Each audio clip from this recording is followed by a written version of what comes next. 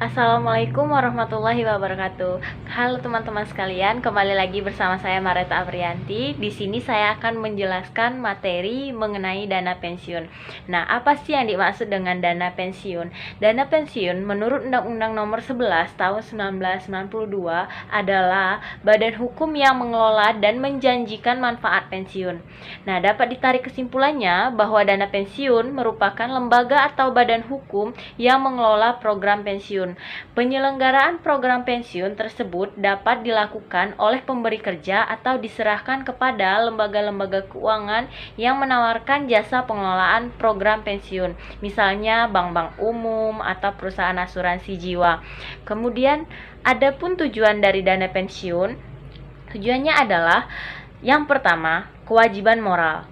Nah, perusahaan mempunyai kewajiban moral untuk memberikan rasa aman kepada karyawan yang pada saat mencapai usia pensiunnya. Yang kedua, ada loyalitas segan diadakannya program pensiun. Nah, kenapa? Karena karyawan diharapkan akan mempunyai loyalitas dan dedikasi terhadap perusahaan. Nah, yang ketiga ada kompetensi pasar tenaga kerja. Nah, dengan memasukkan program pensiun sebagai suatu bagian dari total kompensasi yang diberikan kepada karyawan, diharapkan perusahaan akan memiliki daya saing yang nilai lebih dalam usaha mendapatkan karyawan yang berkualitas dan profesional di pasaran tenaga kerja. Kemudian ada manfaat dari pensiun.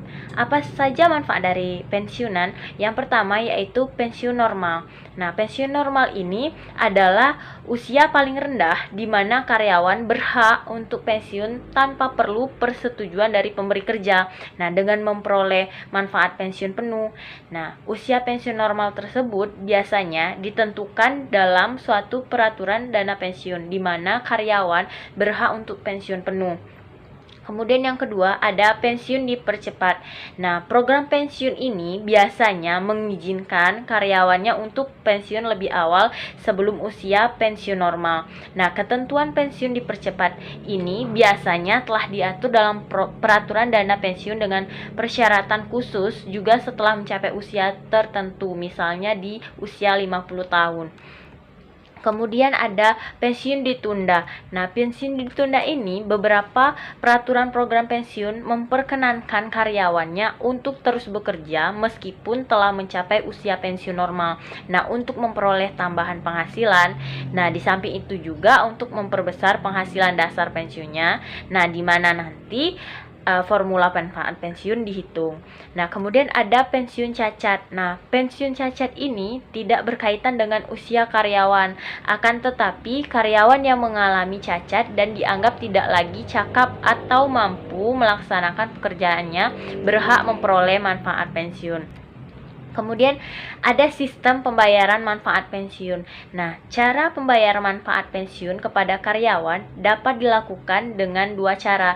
Yang pertama yaitu pembayaran secara sekaligus dan yang kedua pembayaran secara berkala. Selanjutnya yaitu mengenai peraturan dana pensiun. Nah, hal-hal penting yang umumnya diatur dalam suatu peraturan pensiun antara lain meliputi hal-hal sebagai berikut. Nah, yang pertama yaitu siapa yang berhak menjadi peserta.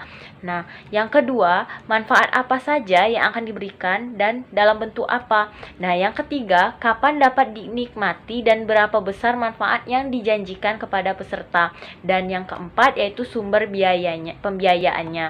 Nah, kemudian selanjutnya mengenai jenis-jenis program pensiun. Nah, apa saja sih jenis-jenisnya? Yang pertama yaitu ada program pensiun manfaat pasti. Nah, program pensiun manfaat pasti ini merupakan suatu program pensiun yang memberikan formula tertentu atas manfaat yang akan diterima karyawan pada saat mencapai usia pensiun. Nah, atas dasar formula manfaat tersebut.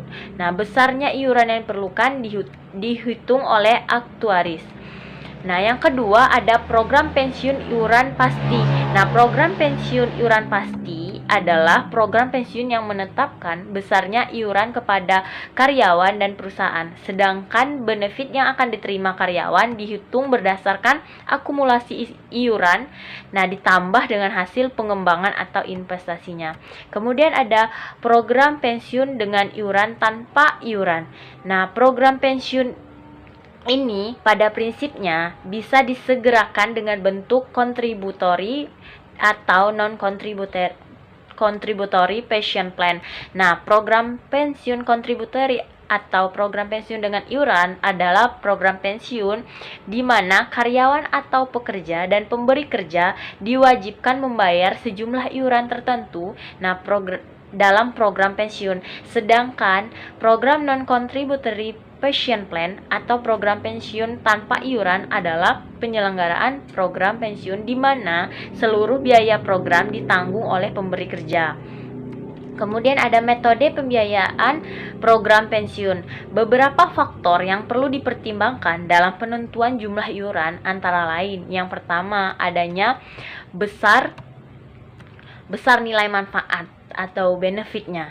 Kemudian adanya usia rata-rata karyawan, kemudian adanya skala gaji perusahaan yang bersangkutan, dan yang terakhir adanya jumlah masa kerja.